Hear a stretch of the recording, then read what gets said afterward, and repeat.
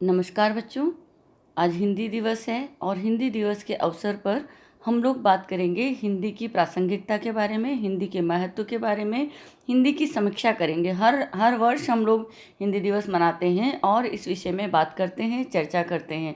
क्योंकि कोई भी दिवस जब मनाया जाता है, इसका तात्पर्य ये है कि हम लोगों ने सोच समझ करके और ये दिवस इसलिए निर्धारित किया है क्योंकि इस विषय में चर्चा, विचार विमर्श, समीक्षा करने की आवश्यकता है और इस विषय में जन जागरूकता पैदा करने की आवश्यकता है। इस विषय में समाज को और राष्ट्र को दिशा देने की आवश्यकता है, जिससे कि हम जो वर्तमान दशा है उसकी समीक्षा करके और भविष्य में हम क्या चाहते हैं, कैसी संरचना, समाज का कैसा स्वरूप, वो हम निर्धारित करना चाहते हैं। इसलिए हम आए दिन जो अलग अलग मुद्दों पर, विषयों पर, दिवसों को लेकर के और इस प्रकार से उत्सव के रूप में या विचार संगोष्ठी के रूप में, समारोह के रूप में आयोजित करते हैं। तो आज हिंदी दिवस है। हमारी मातृभाषा कहें हम इसको या राष्ट्रभाषा कहें हम, हमारे मन की भाषा कहें हम, तो इस तरीके से जो हिंदी हमारे हृदय के करीब है, परंतु फिर भी हिंदी के बारे में हमको इतना विचार करने की आवश्यकता है कि हम सही दिशा में सोचें कि हिंदी की वर्तमान स्थिति क्या है और हिंदी के संदर्भ में हमको क्या है जो काम करना है। तो मैं उस विषय पर अपनी बात रखूँगी।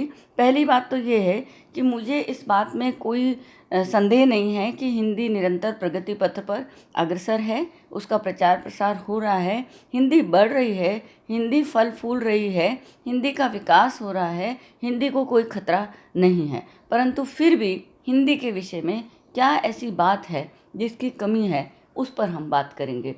मैं अपनी बात जो है वो शुरू कर रही हूँ। कालिदास की एक श्लोक मुझे याद आ रहा है। वागर्थायुः संपृक्तो वागर्थ प्रतिपत्तये जगतः पितरो वंदे पार्वती परमेश्वरो। तो महाकवि कालिदास जो है ये श्लोक, ये जो पद्य है वो अर्धनारीश्वर को समर्पित करते हैं, जिसका तात्पर्य ये है कि अर्धनारीश्वर यानी कि शिव और शक्ति वैसे ही एक दूसरे को पूरकता प्रदान करते हैं जिस प्रकार शब्द और अर्थ एक दूसरे के पूरक हैं। इसका तात्पर्य ये है कि हमारे शब्द हमारे अर्थ को पूरकता प्रदान करते हैं। तो जो अर्थ हमारे हृदय में, हमारे भावों में है, उस भाव को वास्तविकता प्रदान करने के लिए शब्दों की आवश्यकता है। तो भाषा भावों की अभिव्यक्ति का माध्यम है। इसलिए ये सवाल नहीं है कि कौन सी भाषा अच्छी है। भाषा वही अच्छी है जो हमारे भावों की वास्तविक संवेदना को सही रूप में और सटीक रूप में प्रकट कर सके। सांकेतिक भाषा से लेकर सुव्यवस्थित, नियमबद्ध एवं असीम शब्दकोश से समृद्ध भाषा के विकास तक भाषा के संघर्ष में भावों की अभिव्यक्ति ही हमेशा से मानव का लक्ष्य रहा है। भाषा कोई भी हो, किसी भी प्रदेश की हो, कोई भी वर्ग की हो, परंतु लक्ष्य यही है कि मानव के हृदय में अंतर्निहित अगाध भावों, संवेगों, चाहतों, संवेदनाओं एवं जिज्ञासाओं को मूर्त एवं सजीव रूप प्रदान करना। इसलिए ये प्रश्न नहीं है कि कौन सी भाषा अच्छी है, बल्कि ये प्रश्न है कि किस देश के लिए, किस काल के लिए, किस संस्कृति के लिए, किस सभ्यता के लिए एवं किस समाज के लिए संपूर्ण अभिव्यक्ति एवं विकास के लिए कौन सी भाषा सर्वश्रेष्ठ है। तो भारतेंदु हरिश्चंद्र ने इस बात की ओर संकेत करते हुए कहा है, ये बहुत ही प्रसिद्ध बात है, सब लोग जानते हैं, सब लोग कहते हैं कि निज भाषा उन्नति अहे सब उन्नति को मूल, बिन निज भाषा ज्ञान के मिटत न हिय को सूल। का तात्पर्य ये है कि हमारी अपनी भाषा जो है वही उन्नति का मूल है। यदि हम विकास करना चाहते हैं और यदि हम हृदय की बात को, हृदय की पीड़ा को, व्यथा को अभिव्यक्त करना चाहते हैं, तो हमें अपनी भाषा का ज्ञान, अपनी भाषा की महत्ता अपनी भाषा की महत्ता पता होनी चाहिए। तो जो है हम भाषा से हमारा परिचय सबसे पहले माँ की गोद में होता है, क्योंकि हम कहते हैं माँ की गोद प्रथम पाठशाला होती है। तो हम अपने छोटे छोटे सवालों से और माँ के छोटे छोटे जवाबों से अपनी ज्ञान की यात्रा को शुरू करते हैं, हमारे विचार की यात्रा को शुरू करते हैं, जहाँ से हम सोचना सीखते हैं। वो जो हमारी माँ की बोली है, हमारी जो परिवेश की बोली है, वही हमारे विचारों की और हमारे भावों की अभिव्यक्ति का सहज, सशक्त और प्रभावशाली माध्यम हो सकता है। हमारी जो मातृभाषा है हमारे रक्त में होती है, हमारी संवेदनाओं में होती है, हम उसी भाषा में सोचते हैं, हमारे भाव उसी भाषा में प्रवाहित होते हैं और उसी भाषा में अभिव्यक्त होना चाहते हैं, जो होना भी चाहिए। कौन सी भाषा में? जो हमारी माँ की और परिवेश की भाषा होती है। सिंधु के पार के देश को हिंद, वहाँ के निवासियों को हिंदू और उनकी भाषा को हिंदी के रूप में सारा संसार जानता है। तो ये हिंदुई, हिंदवी और बाद में जाकर हिंदी, ये जो है वो वैश्विक पटल पर प्रतिष्ठित है। तो ये बात तो स्पष्ट है कि हिंदी हमारी सहज भावों की सहज समाहिका है और हमारी अपनी भाषा है, निज भाषा है, हमारी उन्नति का और राष्ट्रीय एकता और अखंडता का मूल मंत्र है। हिंदी संस्कृत का नवीनतम रूप है, जिसे विश्व में आज सबसे ज़्यादा बोले जाने वाली भाषा में दूसरे स्थान पर स्थान प्राप्त है।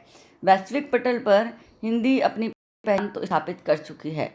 वैश्विक जनमानस की मुख्य भाषाओं में से भी ये एक भाषा है। तो इस जनमानस तक उतरने के लिए हिंदी एक सशक्त माध्यम है। किसी भी वस्तु अथवा भाव के प्रचार प्रसार के माध्यम के लिए हिंदी के अतिरिक्त हिंदुस्तान में कोई बेहतर विकल्प नहीं है। तो ये किसी कवि ने सत्य ही कहा है कि ये दुखड़ों का जंजाल नहीं, लाखों मुखड़ों की भाषा है, थी अमर शहीदों की आशा, अब जिंदों की अभिलाषा है। तो देवनागरी लिपि में लिखी जाने वाली हिंदी भाषा वैज्ञानिक तथ्यों पर पूर्ण रूप से खरी उतरती है। हिंदी विश्व की सर्वाधिक व्यवस्थित भाषा है, जिसमें हम जो लिखते हैं वही बोलते हैं और वही उसका अर्थ होता है। तो हिंदी अन्य भाषाओं की तुलना में, विश्व की अन्य भाषाओं की तुलना में एक समृद्ध भाषा है, जिसके पास एक विशाल जो है वो शब्दकोश है, समृद्ध शब्दकोश है, जो भावों की सटीक अभिव्यक्ति को सार्थकता प्रदान करने के लिए पूर्ण रूप से समर्थ है। भारतीय मूल या प्रवासी जो भारतीय हैं, उनकी आत्मा में बसी हुई हिंदी उन तक पहुंचने की चाहत रखने वाले अंतर्राष्ट्रीय समूह के लिए एक ज़रूरत बन चुकी है। चाहे कोई चाहे या ना चाहे, सायास या अनायास ही हिंदी जो है वो अनवरत, निर्विवाद, निर्द्वंद, अनिरुद्ध, अनायास ही प्रवाहमान, विकासमान और गतिमान है। तो वैश्विक धरातल पर अंग्रेजी हो सकता है कि देशों को जोड़ने की भाषा हो, परंतु भारतीयों के दिलों पर राज करने के लिए हिंदी एकमात्र विकल्प है। इसलिए इंटरनेट की दुनिया हो, संचार की दुनिया हो, प्रचार की दुनिया हो, व्यापार की दुनिया हो, हिंदी वहाँ पूरे आत्मसम्मान के साथ प्रतिष्ठित है। तो हिंदी जो है वो जन जन की बोली है। हिंदी जो है वो सबको एक डोर में सबको जो है बांधती वो हिंदी है। हर भाषा को सगी बहन जो मानती वो हिंदी है।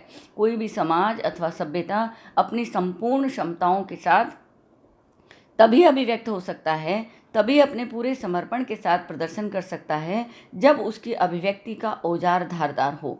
भारत भूमि पर जन्म लेने वाला, भारत भूमि की मिट्टी में पलने वाला भारतीय जनसमूह अपनी प्रतिभा, अपने ज्ञान, अपनी क्षमता, अपनी कौशल को सहज और स्वाभाविक रूप से पूरा का पूरा तभी क्रियान्वित कर पाएगा जब उसकी अपनी भाषा एवं बोली उसका जरिया होगी।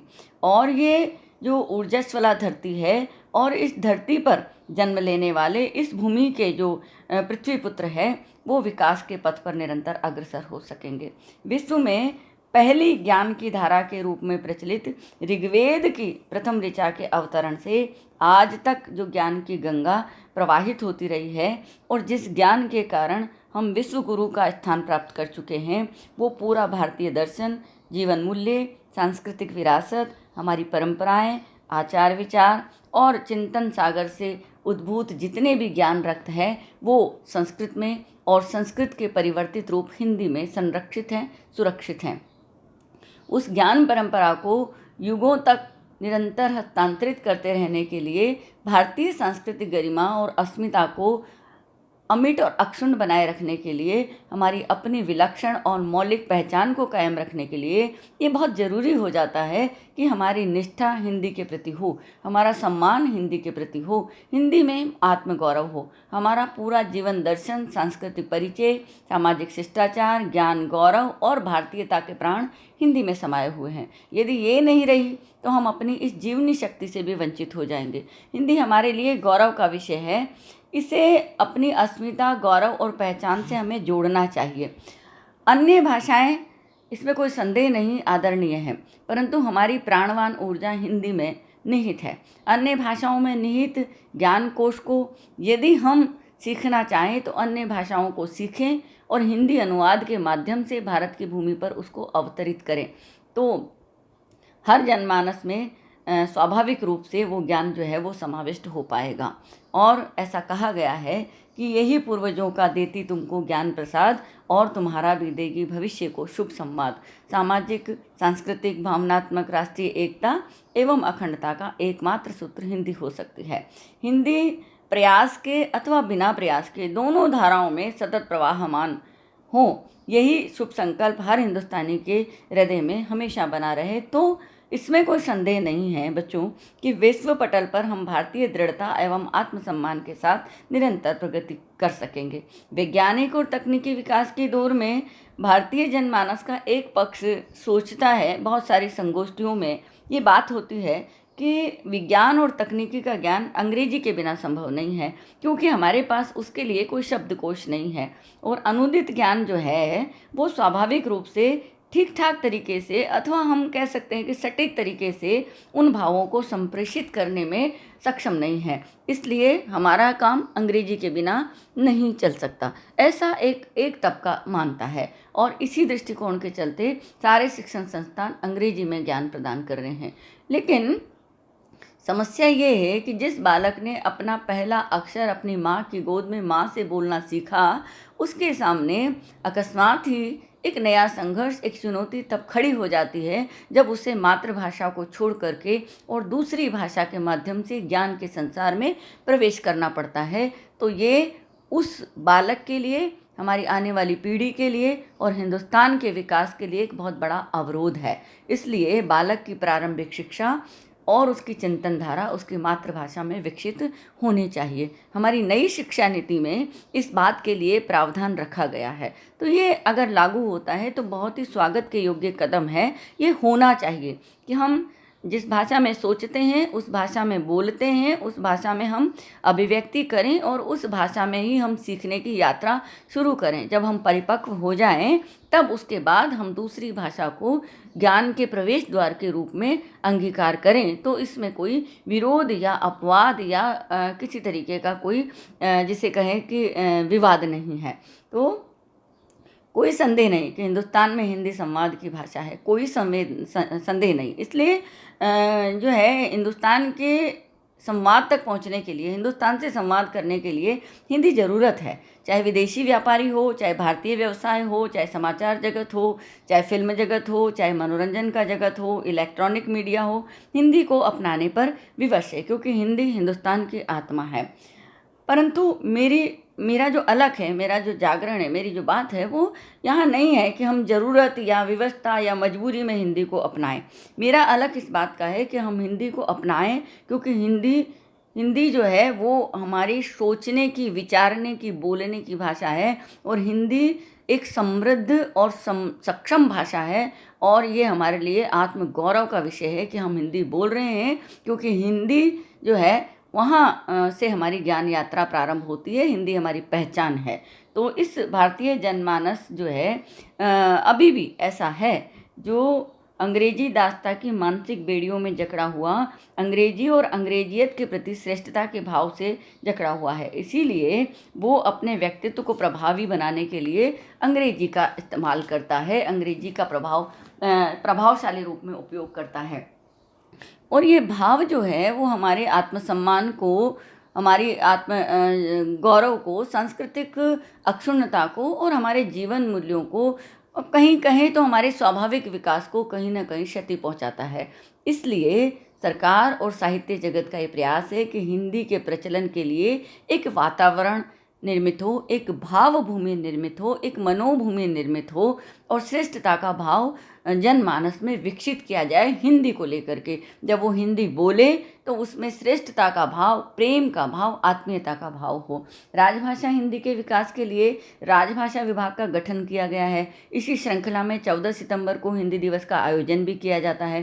प्रतिवर्ष इस संकल्प को दोहराते हुए हिंदी की दशा और दिशा की समीक्षा भी की जाती है। राष्ट्रभाषा कोई संवैधानिक शब्द नहीं है, ये तो स्वयं सिद्ध है। संपूर्ण राष्ट्र को एकता के सूत्र में पिरोने वाली, संवाद स्थापित करने वाली एवं जनमानस में सहज रूप से व्याप्त होने वाली कोई भी भाषा राष्ट्रभाषा होने की योग्यता रखती है और हिंदी इन सारी शर्तों को पूरा करती है। अतः हिंदी हमारी राष्ट्रभाषा है, परंतु यह हमारे आत्मगौरव के साथ हमारे हृदयों में विराजमान होनी चाहिए। ये हमारी ज़रूरत नहीं बल्कि हमारी इबादत होनी चाहिए। भाषा लंबे समय तक वही जीवित रहती है जो संवाद की भाषा हो, साहित्य की भाषा हो, विकास की भाषा हो। इसलिए ज़रूरी है कि हम हिंदी को बिना किसी हीन भावना के बहुत आत्मीयता के साथ संवाद की भाषा बनाएं, सृजन की भाषा बनाएं, पठन पाठन की भाषा बनाएं, इसको प्रोत्साहित करें, तकनीकी और वैज्ञानिक विकास के अनुरूप सहज और सरल नए शब्दों का सृजन करें, हमारे शब्दकोश को समृद्ध करें, अन्य भाषाओं के ज्ञान से रूबरू होने के लिए और वैश्विक ज्ञान कोश से अपने ज्ञान कोश को समृद्ध करने के लिए अन्य भाषाओं को सीखें और उसके माध्यम से संवाद भी करें। परंतु हिंदी हमारी अपनी जड़ों की भाषा है, उसको हम बोलें, उसको हम पढ़ें, उसको हम लिखें और उसके विकास के लिए प्रयास करें। और ये प्रयास हमारे माता पिता से शुरू होना चाहिए। इसमें समाज, साहित्य, धर्म, राजनीति, व्यवसाय, संचार, सरकार तक को शामिल होना चाहिए। जब हमें किसी पेड़ को बड़ा करना होता है, उसको सम्यक विकास देना होता है, हमें उसको स्वस्थ रखना होता है, तो हम इसकी जड़ों को सींचते हैं, हम इसको खाद पानी देते हैं, हम इसको उर्वरा बनाते हैं। तो यदि हमें भारतवर्ष को, हिंदुस्तान को बड़ा बनाना है, विकसित करना है, स्वाभाविक विकास करना है, बिना किसी कृत्रिमता के सहज विकास करना है, तो हमें हिंदी को सींचना होगा, हिंदी का विकास करना होगा। और हिंदी का विकास ही हमारी भारत भूमि को प्रतिभा के दृष्टिकोण से, सृजन के दृष्टिकोण से मौलिक चिंतनमय बनाएगा। और ये कहा जाएगा कि जो है भारत स्वाभाविक रूप से विकास के पथ पर अग्रसर होते हुए वैश्विक पटल पर सम्मान के साथ, हिंदी के साथ, आत्मविश्वास के साथ खड़ा हुआ है। जब हम हिंदी बोलेंगे तो हम में ये हेयता नहीं होगी कि हमको अंग्रेजी नहीं आती इसलिए हम हिंदी बोल रहे हैं, इसलिए हम हिंदी नहीं बोल रहे हैं। हम हिंदी इसलिए बोल रहे हैं क्योंकि हिंदी हमारी भाषा है और जहाँ अंग्रेजी की ज़रूरत है उस वजह से, उस कारण से उस समय हम अंग्रेजी बोलते हैं। तो हिंदी हमारी मजबूरी नहीं है, हिंदी हमारी आत्मा है, हमारे प्राण है, हमारे भीतर, हमारी रगों में बसी हुई है। हिंदी को जब हम बोलते हैं तो हमारी अपनी भाषा की तरह बोलते हैं, आत्मसम्मान के साथ, आत्मगौरव के साथ, पूरी प्रतिष्ठा के साथ। वो हमारी आवश्यकता अथवा मजबूरी नहीं है, वो हमारा आत्मसम्मान है। हम जब उसको बोलें तो उसके साथ श्रेष्ठता का भाव होना चाहिए। तो मेरा जो निवेदन है वो ये है कि हिंदी के प्रचार के लिए हमको कोशिश करने की आवश्यकता नहीं है, उसका प्रचार हो रहा है।